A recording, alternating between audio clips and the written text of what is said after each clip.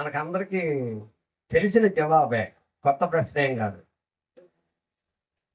పాత నిబంధనలో ఎన్ని ఆజ్ఞలు ఉన్నాయి మనకు? ఎన్ని ఎన్ని ఆజ్ఞలు? 10 ఆజ్ఞలు. సరే, 10 ఆజ్ఞలు మనకు ఏ పుస్తకంలో వ్రాయబడ్డాయి? ఏ అధ్యాయం? రైట్, మంచిది. క్రొత్త నిబంధనలో ఉన్న ఆజ్ఞ 2. ఓకే, అది దాని వంటిదే. అది దాని వంటిదే. ఏంటి అది? అది దేని వంటిది? అదేది? అదేని వంటిదేది?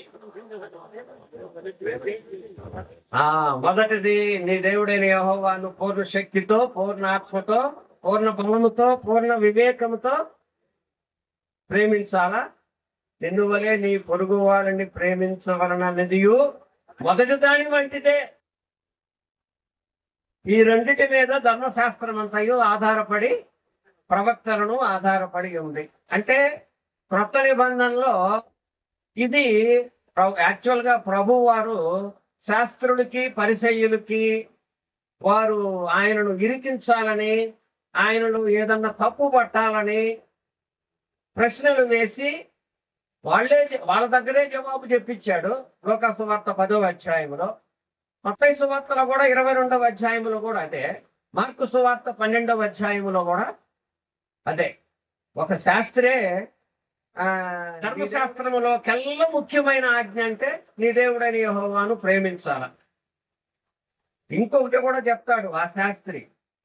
ఏమని చెప్తాడు మార్కు సువార్తలో? నిన్ను వలె నీ పొరుగువారిని కూడా ప్రేమించమని వ్రాయబడి ఉంది కదా అని అన్నప్పుడు, నీవు సరిగా చెప్పితివి, అట్లయితే నీవు పరలోక రాజ్యానికి దూరముగా లేవు అని అంటాడు. సో ఈ రెండిటికి సమానమైన వెయిట్ ఉందనే సంగతి మనం గుర్తెరగాలి.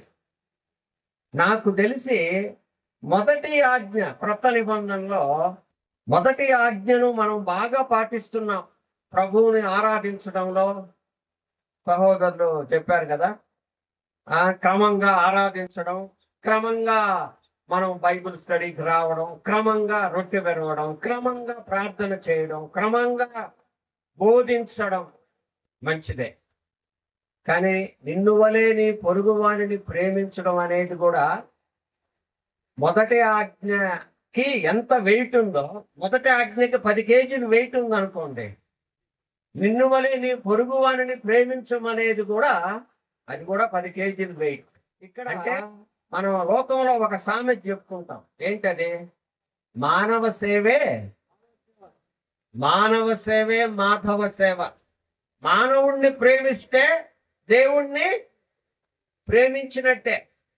సొంత కుటుంబంలో ఉండే వాళ్ళని ప్రేమించకుండా, క్షమించకుండా, నేను దేవుణ్ణి క్రమంగా సేవిస్తాను, క్రమంగా ఆరాధిస్తాను, బైబిల్ స్టడీకి ఒక్కదానికి కూడా నేను ఆబ్సెంట్ గాను, ఆలస్యం కూడా గాను.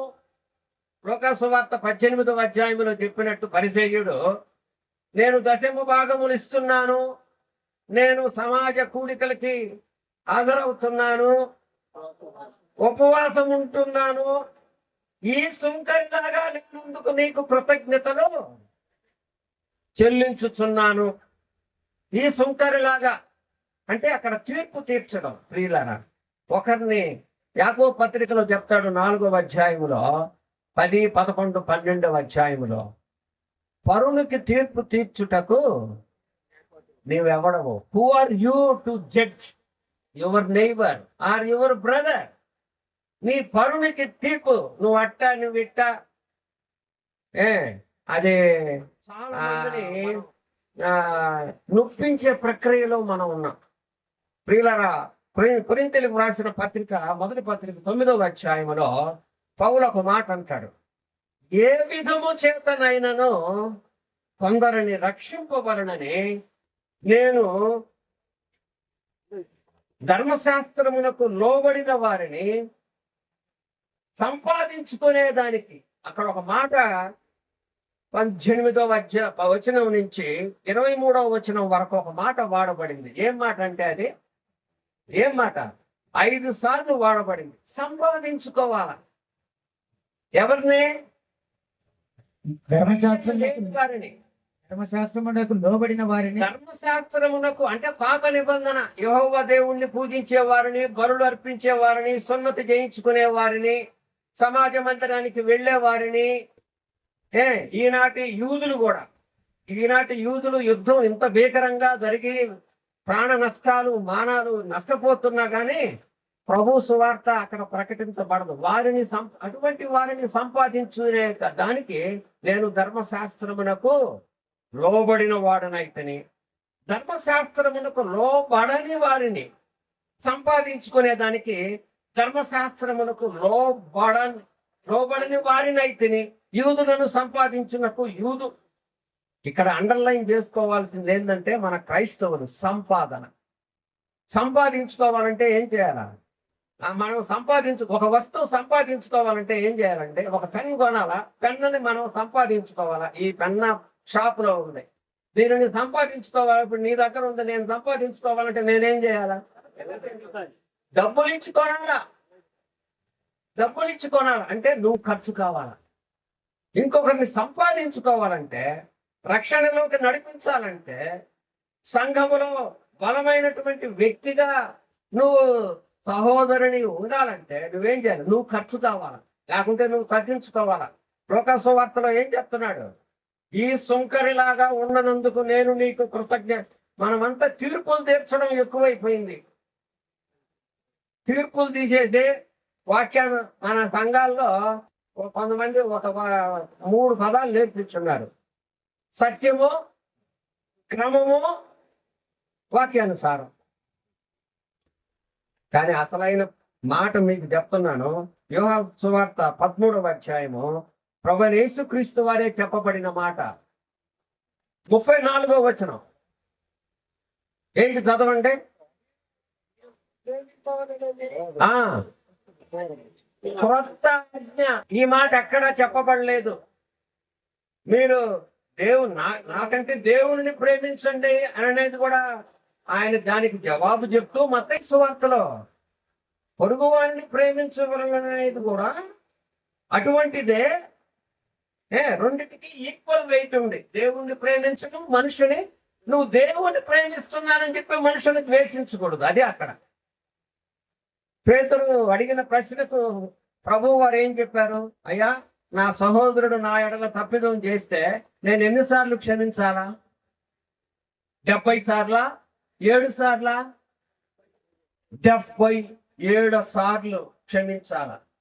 77 సార్లు అంటే 77 క్షమించాలా. ఒక సహోదరుడు ఒక సహోదరుని ఎడల 490 సార్లు, అరే ఎక్కడికి పోయినావు, ఏంటి రమ్మన్నప్పుడు రాలేదంటే, నాకు 1,00,000 పనులు ఉంటాయి. 1,00,000 పనులు ఉన్నాయని కాదు, అక్కడ 490 సార్లు అని కాదు. 490 సార్లు క్షమించి 491 సారి క్షమించకూడదని కాదు అక్కడ. అంటే ఎన్నిసార్లు అయినా క్షమించాలి ఆ సహోదరుణ్ణి సంపాదించుకునేదాన్ని. ఆ కొరింథీయులకు రాసిన పత్రిక 9వ అధ్యాయములో వారిని సంపాదించుకునేది అంటే ఇక్కడ ఏమని, దానికి ఒక పదం ఉంటుంది ఇంగ్లీష్ లో, అడాప్టేషన్ అని అంటారు. అడాప్టేషన్ అంటే ఏ వాతావరణానికి తగినట్టు, ఏ పరిస్థితులకు తగినట్టు ఆ పరిస్థితుల్ని సంపాదించుకునేవాడు మారడం. అదన్నమాట. నేను ఇతన్ని సంపాదించుకోవాలనంటే అతని దగ్గరకు పోవడం, ఆయన ఎక్కడ కూర్చుంటాడో ఆయనతో సమానంగా కూర్చోవడం, ఆయనతో సహవాసం చేయడం, ఆయనకి ఏదేది ఇష్టమో ఆ ఇష్టాలు నేర్చుకోవడం. అంతే కదా, ప్రభువు వారు అలాగ చేశారు. అదే కదా ఆయన ఫిలిప్పీలకు రాసిన పత్రిక 2వ అధ్యాయంలో ఏమంటాడు? ఆయన దేవుని స్వరూపము గలవాడై ఉండి విడిచిపెట్టకూడని భాగ్యమని ఎంచుకొనలేదు గాని తన్ను తాను తగ్గించుకొనెను. ఆయనకేం పనండి? సామెతల గ్రంథం 8వ అధ్యాయంలో మనం సామెతల గ్రంథం 8వ అధ్యాయంలో సొలొమోను ప్రవక్తలాగా ఆయన రాస్తాడు ఏమని, నేను ఆయనతో కూడా ప్రభువు సృష్టించిన వానిలో నేను మొట్టమొదటి వానిగా నేను నియమించబడి తిని. ప్రభువైన యేసుక్రీస్తు వారు పలికే మాటలు ఇవి. సొలొమోను రాజు ద్వారా ఆయన పలుకుతున్నాడు. భూమి కంటే ముందు ఆయన సృష్టించబడ్డాడు. అందుకే ఎఫెసీయులకు రాసిన పత్రికలో భూమికి పునాదులు వేయబడక ముందే క్రీస్తులో ఏర్పాటు చేసుకున్నాడంటే మనం అనుకుంటాం ఆది యందు దేవుడు భూమి ఆకాశములను సృజించాను. కాదు, భూమి ఆకాశములను సృజించిన దానికంటే ముందు యేసు ప్రభు నియమించబడ్డాడు. అక్కడ ఆ మాట 22వ వచనంలో సామెతల గ్రంథంలో ఉంది. భూమి ఆకాశాలు మాత్రము కాదు, మొట్టమొదటి సృజించబడింది. ఆది కాండం 1వ అధ్యాయం 1వ వచనం కంటే ముందు సామెతల గ్రంథం 8:22 మనం చదివితే, భూమి రవ్వంతైనను పుట్టక మునిపే నేను నియమించబడి తిని. నేనంటే ఎవరు? యేసు ప్రభు వారు. ఆయన నదులను సృష్టించినప్పుడు, సముద్రములకు హద్దులు ఏర్పాటు చేసినప్పుడు, కొండల మట్టిని ఆయన ఏర్పాటు చేసినప్పుడు నేను ఆయనతో ఉంటిని. ఆయన యందు ఆనందించుచూ ఆయన నరులను సృష్టించిన విధము చూడగా నేను సంతోషించుతూ ఉంటిని. యేసు హ్యాబిటాట్ అంటారు. దేవుని యొక్క ఉనికి ప్రభుతో కూడా దేవుడు నదులను, ఈ గంగా నది హిమాలయాల్లో పుట్టి పశ్చిమ బెంగాల్లో కలియును కాకంటే ఆయన ఇన్ని దేశాలు, నేపాల్ దేశము, భారతదేశం, వెస్ట్ బెంగాల్ అంతా తడుపుతూ సస్యశ్యామలం చేస్తూ బంగాళాఖాతంలో కలుస్తుంది. ఆ విధంగా ఆయన ఏర్పాటు చేసిన బంగాళాఖాతం హద్దులు దాటి రాకుండానట్లు హద్దులు ఏర్పాటు చేశాడు. మన ఆంధ్ర హద్దు ఒకటి కదా, నైలు నది, అమెజాన్ నది.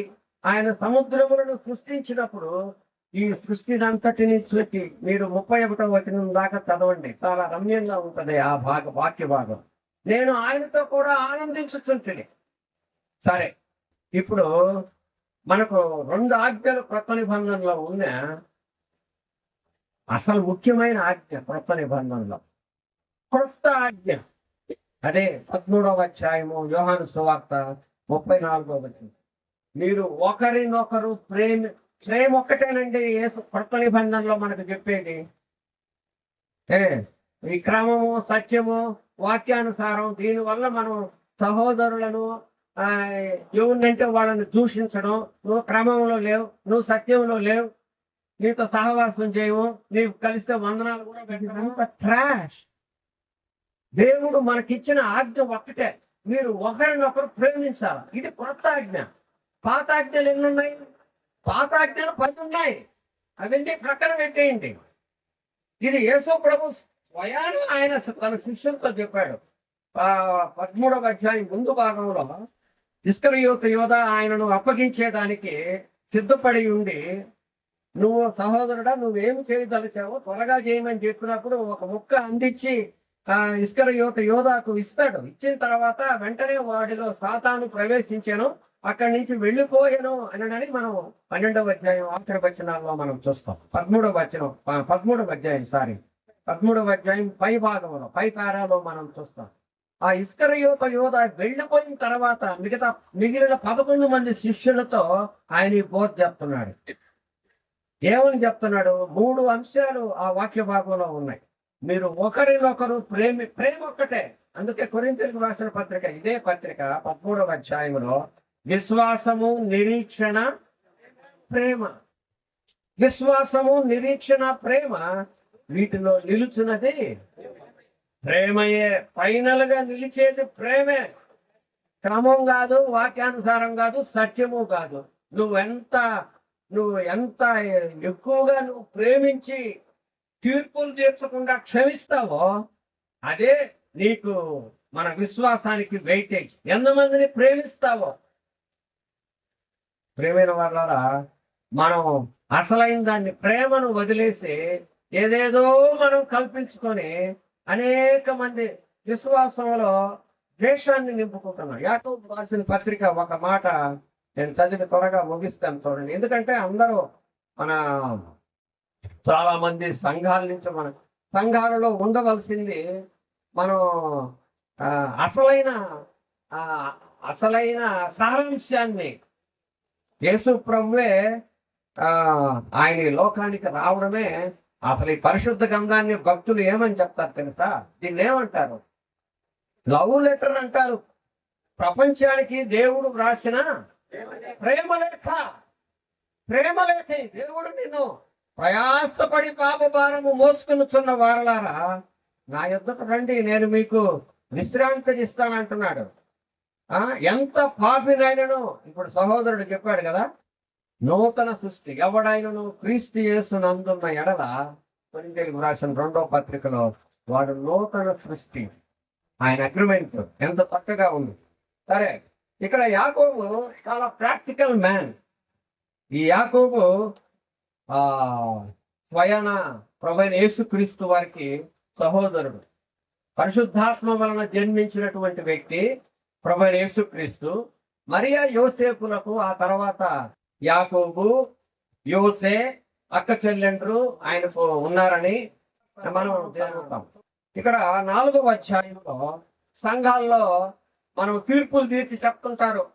ఆయన క్రమం లేదు, ఈయనది లేదు, ఈయనది లేదు అని ఒక్కొక్కరికి మనం జడ్జిమెంట్ సీట్ లో కూర్చున్నట్టుగా యాజ్ ఇఫ్ వీఆర్ జడ్జి మనం చెప్తా ఉంటాం. యాకోబు ఏం రాస్తున్నాడో చూడండి. సహోదరులారా, ఒకరికి విరోధముగా ఒకడు మాట్లాడకుడి.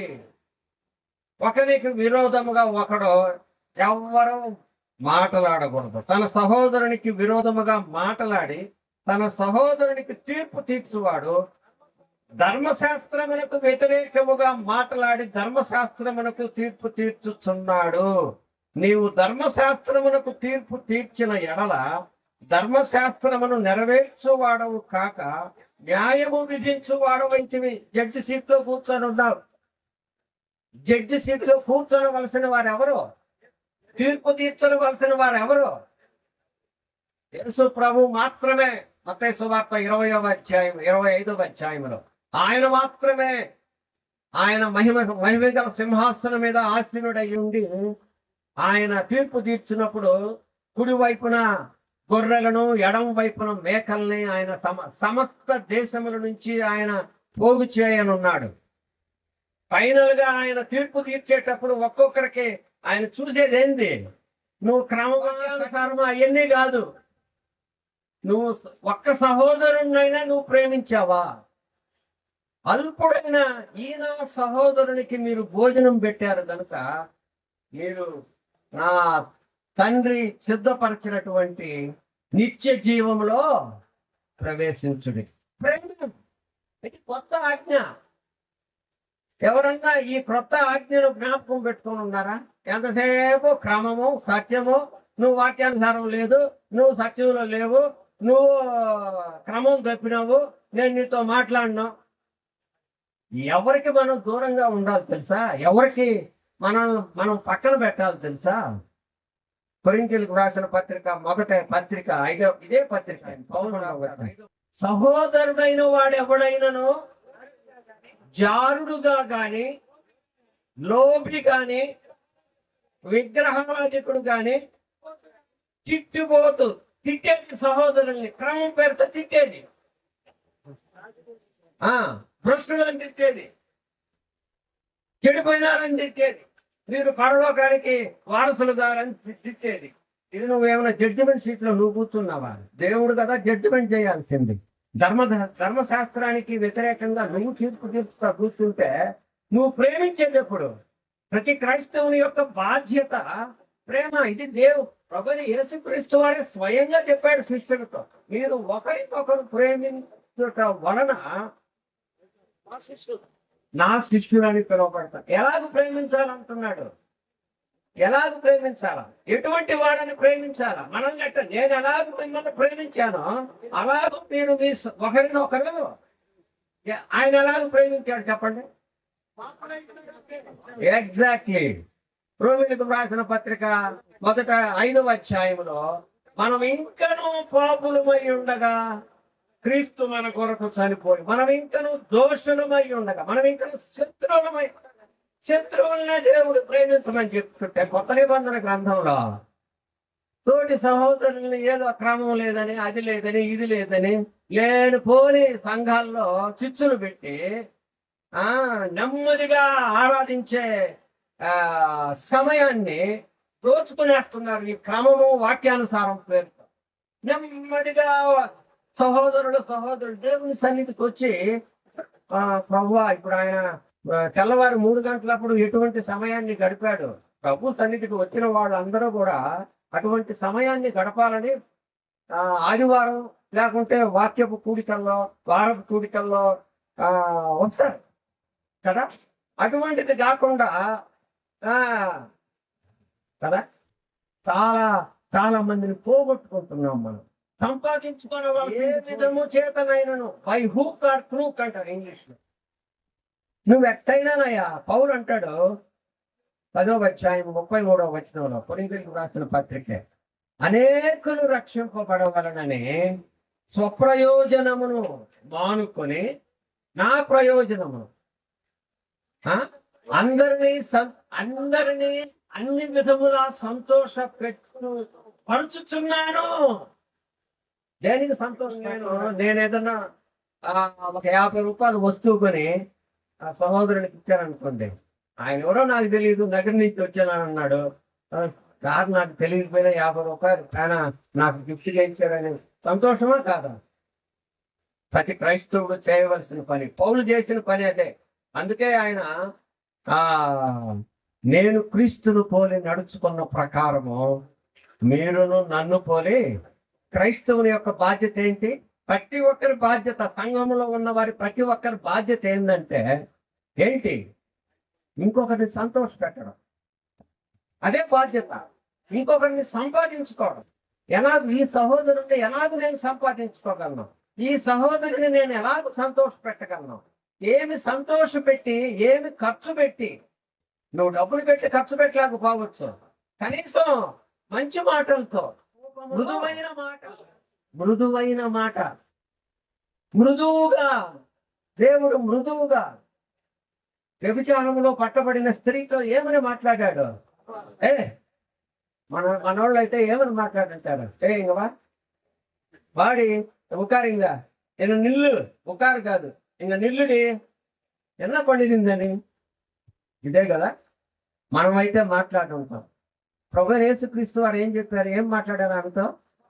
అమ్మా అమ్మా. 8వ అధ్యాయం. సమరయ స్త్రీతో కూడా, సమరయ స్త్రీతో ఆయన ఏమని మాట్లాడాడు? అమ్మా కదా. మనం ప్రతి సంఘంలో దేవుడు ఆత్మ కనుక ఆయనను ఆరాధించు వారు ఆత్మతో సత్యముతో, నాకు తెలిసి ఆ వాక్యం కాదు, అది ఆజ్ఞ రూపకంలో లేదు. ఒకవేళ నన్ను తప్పు పట్టచ్చు చాలా మంది. కొత్త నిబంధనలో ఆయన ఆజ్ఞ ఏంది? ఒకరినొకరు ప్రేమింపబడననే క్రొత్త ఆజ్ఞను మీకు ఇచ్చుచున్నాను.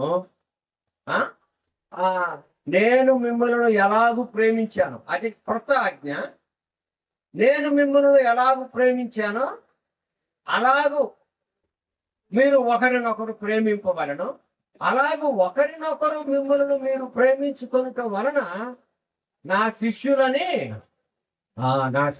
పిలువబడతారు. 3 అంశాలు.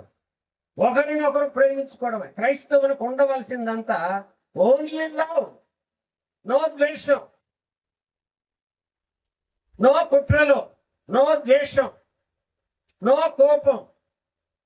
ఆయన్ను ఒకవేళ జారిపోతున్నాడా, ఆయన్ని సంపాదించుకోవడం ఎలాగో.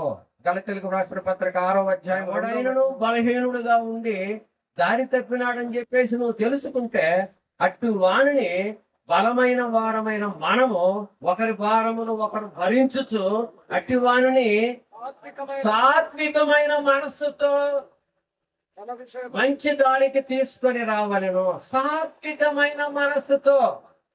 చాలా మంది సంఘ పెద్దలు రఫ్గా మాట్లాడడం, అదేదో దేవుడు అధికారం ఇచ్చినట్టు. ఇంకెక్కడ ఏమంటున్నాడు చూడండి, యాకోబు రాసిన పత్రిక, ఒకరికి విరోధముగా ఒకడు మాట్లాడకుడి చెప్పాడు కదా.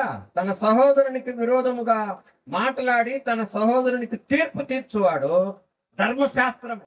నువ్వు బైబిల్కే వ్యతిరేకంగా నువ్వు మాట్లాడుతున్నట్టు, నువ్వు తీర్పు తీరుస్తున్నావు అంటే దేవుడి స్థానంలో కూర్చొని నువ్వు తీర్పు తీరుస్తున్నట్టు లెక్క.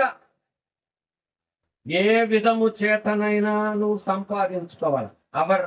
మన ఉద్దేశం, మన యొక్క విజన్ ఎవరినైనా సరే ఏ విధము చేతనైనా సంపాదించుకునే.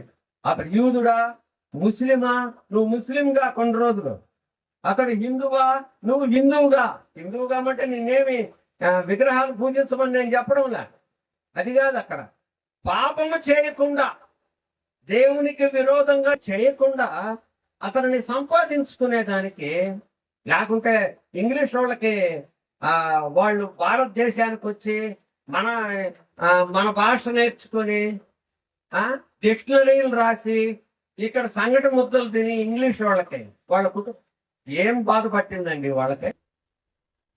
మనల్ని సంపాదించుకునే దానికి వాళ్ళు Dutch missionaries, English missionaries, Canada missionaries వాళ్ళందరూ వచ్చారు. సైలస్ ఫాక్స్ గారు అగ్రిప్ప గారితో సంబంధమా?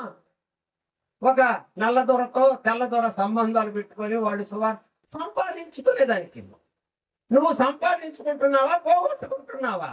నీ మాటలతో, నీ క్రమం అని ప్రేమే. There is no alternate for that. దానికి పర్యాయ పదం ఇంకొకటి లేదు. దానితో దేన్ని కూడా స్థానభ్రంశం చేయలేము. Only love. ప్రేమతో సంపాదించుకో, ప్రేమతో గద్దించు. ఒకవేళ గద్దించాలనుకుంటే సాత్వికంతో. ప్రేమైన వాళ్ళారా, ఈ సూత్రాన్ని మన సంఘస్థులు మర్చిపోతున్నారు. అందరూ ఈ క్రమము, సత్యము, వాక్యానుసారం అనే వలలో పడిపోయి చిక్కుకొని పోయి, దేవుడు ఎక్కడా చెప్పలా మీరు క్రమంగా నడుచుకోండి నా శిష్యులు అనబడతారు, వాక్యానుసారంగా నడుచుకోండి నా శిష్యులు అనబడతారు. ప్రేమ కలిగి ఉండడమే మా క్రమం, ప్రేమ కలిగి ఉండడమే వాక్యానుసారం, ప్రేమ కలిగి ఉండడమే సత్యం. సత్యం అంటే ఏంది? నేనే మార్గము, సత్యము. ఈ క్రీస్తును కలిగి ఉండడమే సత్యం, ప్రేమ కలిగి ఉండడమే ఆయన శిష్యరికం. వాక్య క్రమం ప్రకారం నడుచుకున్నట్టు ఏది క్రమము? మన ఇళ్లలో మాత్రం క్రమం లేదు, కానీ బయటకు మాత్రం క్రమాలు బోధిస్తాం కదా. వాక్యానుసారంగా అన్ని మళ్ళల్లో నడుచుకుంటున్నామా? చెప్పమనండి ఎవరైనా సరే. కనీసం సంబంధాలు నడపలేని సహోదరులు, పెద్దలు, సంఘ పెద్దలు, సువార్థికులు ఉన్నారు. మనం పోయి క్రమం గురించి బోధిస్తే ఏంటి క్రమం? అనవసరంగా మనం సహోదరులను పోగొట్టుకుంటున్నాం. సంపాదించుకునే దానికి పౌలు ఎంతగా దిగజారాడు. ప్రతి వ్యక్తి ఆయనను సంపాదించుకునేదానికి 20వ అధ్యాయంలో అపోస్తల కార్యములు అంటాడు. ఎడతెగక 3 సంవత్సరాలు ప్రతి ఇంటిని దర్శించి నేను బుద్ధి చెప్పానంట. 3 సంవత్సరాలు ఎఫెసీ సంఘ పెద్దలతో ఆయన మాట్లాడుతూ, సంఘ పెద్దలు, సువార్థికులు చేయవలసిన పని, దయచేసి ఎవరిని క్రమంలో లేవు, సత్యంలో లేవు, వాక్యానుసారంగా ఎవరిని దూషించొద్దండి, తీర్పు తీర్చొద్దండి. దయచేసి ప్రేమను చూపించండి. God is love. అందుకే ఇదే యోహాను సువార్త రాసిన భక్తుడు యోహాను పత్రికలో అంటాడు, ఇదే మాట రాస్తాడు. చిన్నపిల్లలారా అని రాస్తూ చూడండి. ఆ మాట యోహాను పత్రిక 2వ అధ్యాయము. ఇదే మాట ఆయన 2వ అధ్యాయం కాదు, 3వ అధ్యాయం. అక్కడ ఇంకా చాలా ఆ 3వ అధ్యాయంలో తన సహోదరుని ప్రేమింపుని వాడు దేవుని సంబంధి కాదు, తన సహోదరుని ప్రేమింపుని వాడు మరణములో ఉన్నాడు కదా. తన సహోదరుని ప్రేమింపని వాడు అబద్ధికుడు. 4వ అధ్యాయం 20వ వచనం. అన్ని ప్రేమ గురించే రాస్తాడు. ఈ 5 అధ్యాయాలు ప్రేమ గురించి ఆయన రాసేది. 3వ అధ్యాయంలో 23వ వచనంలో ఏమంటున్నాడు చూడండి. ఆయన ఆజ్ఞ ఏదనగా, ఇది ఆజ్ఞ. వాక్య క్రమం కాదు ఆజ్ఞ, సత్యం కాదు ఆజ్ఞ, క్రమం కాదు ఆజ్ఞ. నేర్చుకోండి, అందరూ తెలుసుకోండి. ప్రియులారా, మనం ఆయన ఆజ్ఞ ఏదనగా, వార్త యేసు ప్రభువులు వారు సువార్తలో ఏం చెప్పాడో, నేను మీకు కొత్త ఆజ్ఞ, it is a new commandment. Old commandments 10 ఉన్నాయి, అది వేరే విషయం. కొత్త నిబంధనలో కొత్త ఆజ్ఞ, మీరు ఒకరినొకరు ప్రేమించుకోవడమే. ఆ మట్ట ఈ మెట్ట, ఆ సహోదరుడు ఎట్ట, ఒకరిని గురించి చాడీలు చెప్పడం కాదు. తెస్సలోనిక పత్రికలో 3వ అధ్యాయం అనుకుంటాను 12వ వచనంలో, మీకేమీ కొరత లేకుండానట్లు నీ సొంత పని మీరు చూసుకోండి. నీకేమీ తమ చేతులతో పని చేయొచ్చు, ఇతరుల జోలికి పోక మీకేమీ కుదర ఉండదు. ఇతరుల జోలికి పోకుండా మీ సొంత పని మీరు చేస్తూ, మైండ్ యువర్ ఓన్ బిజినెస్ అని ఇంగ్లీష్ లో ఒక రకంగా చెప్పాలంటే. ఇక్కడ ఏమంటున్నాడు, ఆయన ఆజ్ఞ ఏదనగా, యోహాన్ రాస్తున్నాడు భక్తుడు సువార్తలో యేసు ప్రభు వారు చెప్పిందే ఇక్కడ రిపీట్ చేస్తున్నాడు. ఆయన ఆ వాక్యాన్ని మీరు ఒకరినొకరు ప్రేమింపవలనని క్రొత్త ఆజ్ఞలు మీకు ఇచ్చుచున్నాను అనే వాక్యాన్ని ఈ 5 అధ్యాయాల్లో తన పత్రికలో విశదీకరించి రాశాడు. దేవుడు ప్రేమ స్వరూపం అంటాడు 4వ అధ్యాయంలో 3:23లో, ఆయన ఆజ్ఞ ఏదనగా ఆయన కుమారుడైన యేసుక్రీస్తు నామమును నమ్ముకొని ఆయన మనకు ఆజ్ఞ ఇచ్చిన ప్రకారము ఒకరినొకడు ప్రేమింపవలనన్నది ఏ అంటే ఓన్లీ ఇదొక్కటే ఆజ్ఞ. ఇంకా మిగతా ఆజ్ఞలన్నీ మీకేమన్నా మీరు సొంతంగా కల్పించుకున్నారేమో, అవి మీ సొంతంగా కల్పించుకొని ఏదో దాన్ని ఏమంటారు, దాన్ని సాకుగా పెట్టుకొని ఇంకొకరిని ద్వేషించడం, నువ్వు నీ పరునికి తీర్పు తీర్చుటకు మనం యాకోబుడు ఆ మాట మనం తీర్పులు తీర్చే పని అయిపోయింది మనకు. ఒక్కడే ధర్మశాస్త్రమును నియమించి 12వ వచనం 4వ అధ్యాయము, న్యాయము విధించేవాడు ఒక్కడే, న్యాయం విధించేవాడు ఒక్కడే, ప్రభువైన యేసుక్రీస్తే. మత్తయి సువార్త 25వ అధ్యాయంలో చెప్పినట్టు. అయితే రక్షించుటకును నశింపజేయుటకును శక్తిమంతుడై ఉన్నాడు. ఆయనే రక్షించేవాడు. నువ్వు రక్షించావా? తీర్పు తీర్చేవాడికి తీర్పు తీర్చేవాడు ఆయనే, రక్షించేవాడు ఆయనే, ఆయనకే తీర్పు తీర్చేది తరం. నువ్వెవడవే? అందుకే యాకోబు రాస్తున్నాడు, శక్తిమంతుడై ఉన్నాడు. Is capable of delivering justice, is capable of delivering salvation. రక్షించేవాడు ఆయనే, తీర్పు తీర్చేవాడు ఆయనే. పరునికి తీర్పు తీర్చుటకు హూ ఆర్ యూ, నువ్వెవడవు అని రాస్తున్నాడు. కనుక ప్రియులారా, సంఘాల మధ్య మనం చిన్న చిన్న మనస్పర్ధలు పెట్టుకొని కక్షి చేతనం మెషి చేతనం సంఘాలు ఎక్కువ అవుతున్నాయి, ఇది వేరే విషయం. కొంతమంది మీటింగులు పెట్టుకుంటే ఇంకొకరిని పిలవకపోవడం చాలా వెరీ సిల్లీ. చేయండి చిన్నపిల్లల్లా. దయచేసి మనం ప్రేమించేది ఒక్కటే ఆజ్ఞ. ఈ ఆజ్ఞను మనం పాటించాలా లేదా? జారుడైనా, వ్యభిచారుడైతే, లోబి అయితే, తిట్టేవాడైతే, దొంగ అయితే, తాగుబోతైతే, కొట్టేవాడైతే వాడిని పక్కన పెట్టు. సహోదరుడైన వాడు ఎవడైనా ఆ మాట చాలా తేటగా రాస్తాడు.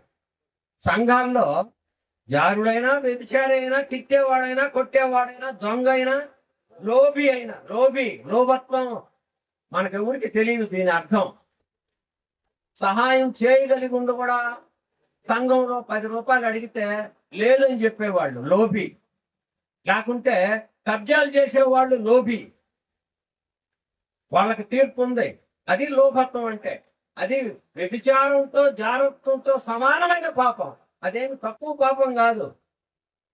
ద్వితీయోపదేశకాండం 15వ అధ్యాయంలో ఒక మాట దేవుడు అక్కడ వివరిస్తాడు. 7వ అధ్యాయం 7వ వచనం నుంచి 12వ వచనం వరకు ఆయన ఒక మాట చెప్తాడు. మీలో సమాజంలో ఎవరైనా పేదవాడు ఉండిన ఎడల అతడు అప్పడిగితే నీ చేతిని ముడుచుకొనకూడదు. నీ చేతిని అప్పడిగితే చేయి ముడుచుకోకూడదంట. విడుదల సంవత్సరం సంచిందని అంటే, విడుదల సంవత్సరం అంటే అప్పులు కొట్టేయాల. ఇక అప్పు అడగకూడదు. విడుదల సంవత్సరం 7వ సంవత్సరం వచ్చిందంటే విడుదల సంవత్సరం సమీపించిందని నీ మనస్సున తలంచకూడదు. ఒకవేళ నువ్వు అప్పు ఉన్నా ఇవ్వలేదని ఆ పేదవాడు యెహోవాకు మొర్రపెట్టును, అది నీకు పాపమగును. ఎంత చక్కగా వ్రాయించాడు చూడండి ధర్మశాస్త్రం. ఎవడైనా పేదవాడు వాని అక్కడి కొలది అవశ్యముగా అప్పియవలెను. ఆ మాట ఉంది అక్కడ. 7, 8 వచనాలు చదవండి దయచేసి. ఎవరు అక్కడ కొలది పేదవాళ్ళు ఇంత సంఘంలో సహోదరులు ఎవరన్నా అప్పడికితే వాళ్ళని అక్కడ కొలది అక్కడ ఏంటో అడగండి. దేవుని కానుక డబ్బులైనా ఇవ్వండి, నో ప్రాబ్లం. దేవుడు అనుమతిస్తాడు, ఇవ్వాల్సిందే. ఆ కానుక డబ్బులు ఎవరికంటే నీ సంఘంలో పేదవారు విధవరాండ్రకు వారి కోసం కానుక డబ్బులు. సేవ చేసేవాళ్ళు తినొచ్చు, నో ప్రాబ్లం.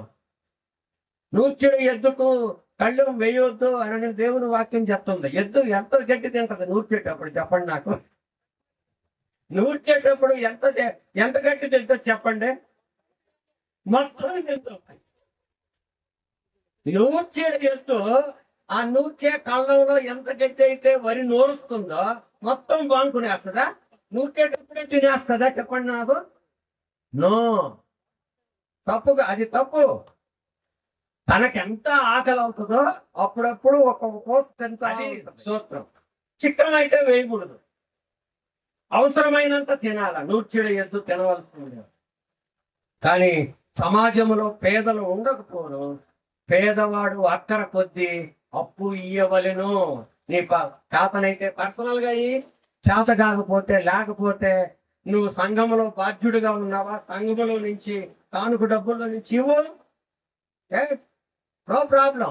ఏ నెల కావాలా ఖాళీ చేయండి, ఏ వారానికి కావాలా ఖాళీ కూడా చేయండి, కొంత ఎత్తి పెట్టుకోండి. నన్ను అడిగితే ఉద్యోగ సభలు పెట్టేదానికంటే ఒక ఫ్యామిలీని పేదరికంలో నుంచి బయటికి తీసుకురావడం దేవుడు మెచ్చే ప్రక్రియ.